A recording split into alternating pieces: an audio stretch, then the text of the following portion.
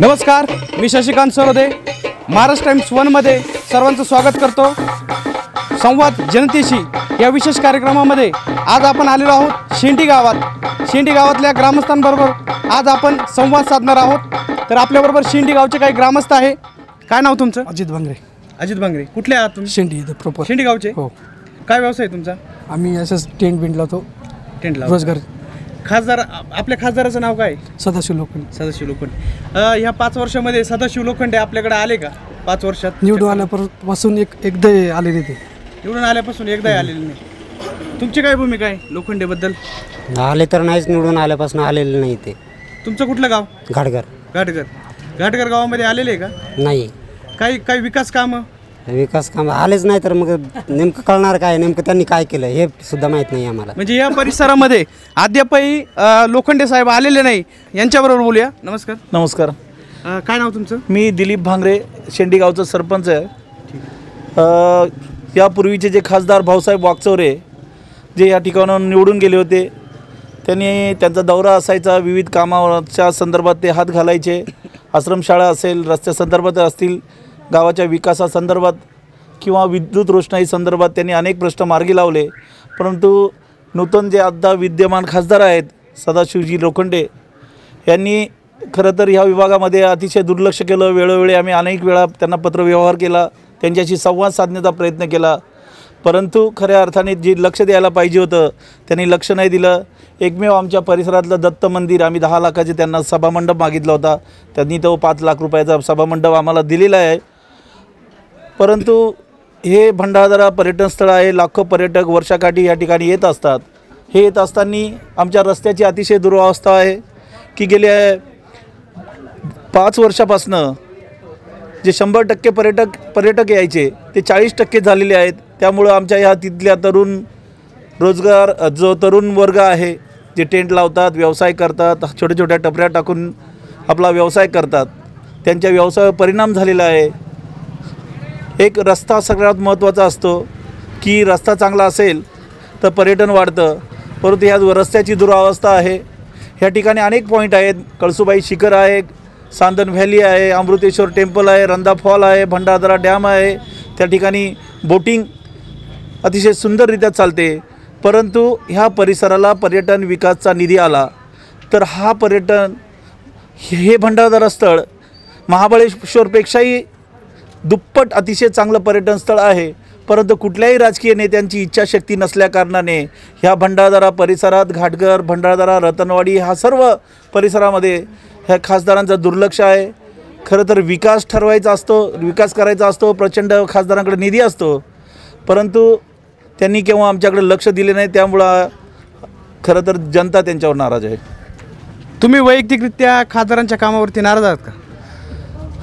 लोकांच्या विकासासंदर्भात जर त्यांनी कामं केली तर नक्कीच लोक बी त्यांना डोक्यावर घेतील, परंतु कुठलेच कामं न झाल्यामुळं नाराजीचा सूर सगळीकडेच जाणवतो. काका तुम्ही कुठले? मी मुर्शेद अशोक गोलवड, माजी सरपंच. माझे सरपंच. ठीक आहे. गावात काय काय कामं झाली तुमच्या? आमच्या खासदार निधीत एकही काम झालेलं नाही गावामध्ये. आता काय समस्या आहे? प्रामुख्याने मुख्य समस्या काय आहे तुमच्या गावात? गावातले रस्ते आहेत, पाण्याची व्यवस्था नाही आहे, म्हणजे बऱ्याचशा समस्या आहेत गावामध्ये. तुम्ही खासदारांकडे कुठलं काम घेऊन गेले होते का या 5 वर्षामध्ये? आम्ही प्रस्ताव बरेच 5 वेळा पाठवले सभामंडपासाठी, परंतु ते काही मंजूर झाले नाही, काही नाही. आम्ही खासदारला ओळखत सुद्धा नाही. तुम्ही आजपर्यंत बघितलंच नाही? नाही बघितलं सुद्धा नाही. इकडे आलेच नाही तेव्हा बघायचा काही प्रश्नच नाही. आपल्याबरोबर काही युवा वर्ग आहे आपल्याबरोबर बोलण्यासाठी. काय काय प्रश्न आहे तुमचे? पर्यटन व्यवसायाचं इकडे फार जोरात चालतो. पर्यटनासाठी युवकांना प्रोत्साहन भेटलं पाहिजे. त्यांच्या ज्या काही गरजा आहेत त्या संदर्भात त्यांना काही अनुदान वगैरे काही मिळालं पाहिजे. बाकी रस्त्याची मुख्यतः व्यवस्था आहे. ज्या मोठमोठे शहर आहेत आपल्याकडे, तिकडे जाण्यासाठी ट्रान्सपोर्टेशनचे वगैरे पण भरपूर प्रॉब्लेम्स आहेत. रस्त्याची पण अवस्था चांगली झाली पाहिजे. पर्यटनासाठी खासदारांनी काही निधी वगैरे उपलब्ध करून दिला का या 5 वर्षामध्ये? नाही. तशी काही मागणी केली होती का तुम्ही? नाही केली.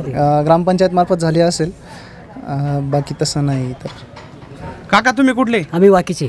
बाकीचे. हां. ठीक आहे. काय काय समस्या तुमच्या गावात? आता आमच्या गावात काय जे हे बोलतात ना तेच आहे. कधी आले नाही, कधी गेले नाही, आम्हाला तर पाहायला भेटले नाही कधी. खासदार तुम्हाला माहितीच नाही? खासदार फक्त आम्ही मतदान केलं, पण त्याने आमची काही कामही नाही केली. कधीच पाहिले नाही का? आता आमची त्यांची ओळखही नाही, कधी आले ते आम्हाला माहिती नाही. या पाठीमागचे जे खासदार होते हा. त्यांचं नाव माहिती आहे का तुम्हाला? ते खासदार होते पाठीमागचे, त्यांनी काय करून थोडीफार कामं केली. काय नाव त्यांचं? ती लोखंडे लोखंडीच्या पाठीमागचे. नाही ते वाकचौरी. हा, त्यांचं काम कसं होतं? त्यांचं थोडंफार जास्त नाही झालं, पण काहीतरी किंचित केलं त्यांनी. ते सुद्धा पण एवढे तुमच्या काही गावात येत काय कामं झाले का? नव्हते. आमच्या गावात झाले काही मंडपाचे कामं केले, पण ते कोणी केले आता मला काय काही येत नाही, त्याच्यामुळे मी काय सांगू शकत नाही. परंतु थोडं मंडपाचं काम झालं आमचं, पण बाकीची कामं नाही झाली ना आमची. तुम्हाला माहित नाही? ठीक आहे. तुम्ही सांगू शकता कुठले तुम्ही? रतनवाडी.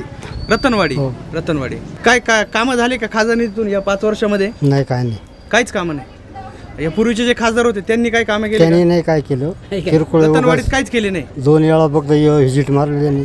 किरकोळ केली, कामाचं काही हे नाही. काहीच कामं नाही केले पूर्वीच्या खासदारांनी. नाही वाकचौरे आमच्याकडे येऊन आमच्याकडे चांगली सभा घेतली. आम्ही काही कामाचं नियोजन दिलं त्यांच्याकडे, पण काम केलंच नाही त्यांनी. आता एक महत्त्वाचा प्रश्न आहे. हे सर्वसामान्य नागरिक या ठिकाणी शेंडी गावातील आहे. त्यांना असा मी प्रश्न विचारतो की तुम्हाला खासदार कसा हवा आहे? यासाठी मी काही तरुण आहे माझ्याबरोबर, त्यांच्याबरोबर बोलतो. कुठल्या पक्षाचा खासदार आवडेल तुम्हाला? पुढे या. बोला. भाजपचा. हो. ठीक आहे. आणि सेनेची आणि भाजपची युती झालेली, तुम्हाला काय वाटतं? काका नमस्कार. नमस्कार. कुठलं गाव तुमचं? उडदावना. गुडदावनं. तुमच्या गावातल्या काही समस्या, काही प्रश्न? ते आता मलाही नेमकं नाही सध्या सांगता येणार, मी असा फिरतोरच आहे बाहेर. तुम्ही गावात राहते नाही? हा, वस्तीवर राहतो थोडंसं. म्हणजे गावातले प्रश्न तुम्हाला माहित नाही म्हणले, तुम्ही गावात राहते नाही का? हा. आणि मी असंच फिरतीवर सप्त्याला. धन्यवाद. तुम्ही कुठले? शेंडीमधलंच आहे. शेंडी गावातील ग्रामस्थ आहे. हो. खासदार माहिती आहे का तुम्हाला आपले? लोखंडे साहेब. लोखंडे साहेब. त्यांनी काही 5 वर्षामध्ये काही विकास कामं केले का आपल्या शेंडी गावात परिसरामध्ये? काय आता आपला एवढा अभ्यास नाही आहे त्याबद्दल. केले असेल काही, ते काही सांगता येत नाही, किंवा नसेल केले. त्या पाठीमागचे खासदार जे होते भाऊसाहेब वाकचौरे, त्यांनी काही विकास कामं केली का? चांगलं केलं त्यांनी कामं चांगले केले. भाऊसाहेब वाकचौऱ्यांनी चांगली कामं केली. खासदारकीसाठी आता प्रामुख्याने काही नावं समोर येतात. ते म्हणजे सेना भाजप युतीचे लोखंडे यांचं नाव येतं आहे. त्यानंतर काँग्रेससाठी उत्कर्षताई रुपवते यांचं नाव येतं आहे. त्याचबरोबर बबनराव घोलप आणि त्यांचे सुपुत्र योगेश घोलप यांचं देखील नाव चर्चेत आहे. त्याचबरोबर आणखी काही उमेदवार आहे. तर कुठल्या उमेदवाराला तुम्ही पसंती देशाल याविषयी आपण काही चर्चा करणार आहोत. तू कुठल्या उमेदवाराला पसंती देशील या 3-4 उमेदवारांपैकी? आता सध्या तर लोखंडेच. तुम्ही कोणत्या पक्षाचे आहात? सेना. तुम्ही कुठल्या पक्षाचे? कोणत्याच पक्षाचा नाही आम्ही, तुम्हाला सर्वसामान्य. कुठला उमेदवार आवडेल? आम्हाला आता यापैकी एकही नाही. आता नाही. ते परकीय हां. समजा जे घोलप आहे हां. ते नाशिक जिल्ह्याचे. बरं. आमचा स्थानिक जर उमेदवार दिला तर अधिकच चांगलं होईल. स्थानिक भाऊसाहेब वाकचौरे आहे. हो चालेल ना. उत्कर्षताई रुपवते. चालेल. कुठला पर्याय निवडाल तुम्ही? वाकचौरे. तुम्ही कुठला पर्याय निवडाल? आम्ही भाऊसाहेब वाकचौऱ्यांचाच पर्याय निवडू, कारण ते छोट्या छोट्या मुलांशी सुद्धा भाऊसाहेब वाकचौरे बोलतात. त्यांना फोन केला तर ते फोन छोट्या मुलांचा उचलतात. जे असलेले कामं मुलांचे करतात, किंवा कुठलंही काम असलं तर ते तातडीनं त्याचं निरसन करण्याचा प्रयत्न करतात. तुम्ही कुठला उमेदवार निवडशाल? खरं तर ह्या विभागामध्ये काम करणारा माणूस हवा आहे, जेणेकरून ह्या आदिवासी समाजाची आणि इथल्या परिसराची उन्नती होईल असा खासदार अपेक्षित आहे. परंतु गेले 10-20 वर्षापासून बघतोय की जाणीवपूर्वक ह्या विभागाकडे दुर्लक्ष होतं आहे. आणि एक चांगला कर्तृत्ववान चांगला उमेदवार असला तर नक्कीच ह्या विभागात प्रगती होऊ शकते. सेनेचा जो खासदार आहे लोखंडे साहेब, त्यांना आमची पसंती आहे. आणि आमच्या भगिनी उत्कर्षताई रुपवते ह्या जर उभ्या राहिल्या तर परिसरातून जास्तीत जास्त त्यांना मतदान होऊ शकतं, हे आम्ही या ठिकाणी ग्वाही देतो. तुम्ही कुठल्या पक्षाचे आहात? मी भाजपच आहे. भाजपचे. मग काँग्रेसला मदत करणार का तुम्ही? नाही, आता मी एकटा करून उपयोग नाही ना. जनतेने डिसिजन घेतलं, त्याच्या पाठीमागे मला जावं लागेल. ठीक आहे. काका तुम्ही कुठल्या पक्षाचे? आम्ही राष्ट्रवादी पक्षाचे. राष्ट्रवादी. कुठला पर्याय निवडशाल तुम्ही? आम्हाला विकास करणारा खासदार पाहिजे. विकास पण या 2-3 नावं जी समोर येतात याच्यापैकी तुम्हाला कुठलं नाव योग्य वाटतं का? जोपर्यंत निवडून देत नाही तोपर्यंत सगळे दाखवतात आम्ही करू, निवडून आल्यानंतर कोणीच काम करत नाही. आता पर्याय असं आहे की जनतेचं काम जे करेल तोच आम्हाला खासदार आवडेल. जनतेचं काम जे करेल तोच खासदार. तुम्ही कुठल्या गावातले आहात? आम्ही लय कोकण भागचं. खासदार माहिती का तुम्हाला? आमच्यात तेवढं नाही माहीत. माहित नाही का? नमस्कार. काय नाव तुमचं सर? मुंडे. पुढे येऊ शकता. कुठल्या गावचे तुम्ही? मी टिटवीचा आहे. टिटवीतून 20 किलोमीटर अंतरावर आहे. मी एक शिक्षक आहे, प्राथमिक शिक्षक. तर या 5 वर्षामध्ये आम्हाला जे काही खासदार लाभले, सदाशिव लोखंडे, हे लोखंडे कसे आहेत आणि त्यांनी काय काम केलं पाहिजे या भागातल्या लोकांना अजून माहीत नाही. ते कधी इकडं आले पण नाही. आणि शाळेच्या संदर्भात जर मी बोललं तर या भागामध्ये, ग्रामीण भागामध्ये एवढा पाऊस पडतो की त्या पावसामुळं वर्गामध्ये मुलांना बसायलासुद्धा जागा असं राहत नाही. आता सध्या परिसरामध्ये तुम्ही फेरफटका मारला तर जवळजवळ 90% शाळा ह्या मोडकळीस आलेल्या आहेत. त्या शाळेकडं त्यांनी लक्ष द्यायला पाहिजे होतं. त्यांनी आजपर्यंत कधी लक्ष दिलं नाही. आणि काही ठिकाणी त्यांनी शाळांना त्यांच्या खासदार निधीतून कॉम्प्युटर दिलेले आहेत, परंतु ते कॉम्प्युटर दिल्यानंतर त्या कॉम्प्युटरमध्ये सुद्धा कमिशन खाल्लेलं आहे. त्यांनी 5-5 हजार रुपये प्रत्येक त्या शाळेकडून जे देतील 5,000 रुपये त्यांना ते कॉम्प्युटर दिलेले आहेत. कोणी कमिशन खाल्लेलं आहे? कोणी खाल्लं माहीत नाही. जे शिक्षक तिथं आणायला गेले त्यांच्याकडून पैसे घेतले आमच्या लोकांकडून. आता तुमच्या गावाच्या आणि इतर बाकीच्या काय समस्या आहे? काय विकास कामं तुम्हाला अपेक्षित आहे? या भागामध्ये रस्ते झाले पाहिजे, दळणवळणाच्या सुविधा चांगल्या झाल्या पाहिजेत, प्रत्येक गावामध्ये ST गेली पाहिजे. तुमच्या काय अपेक्षा आहे? काय सुविधा होणे गरजेचे? रस्ते सुधारणा झाली पाहिजे आणि काय असं. काका तुम्हाला काय वाटतं?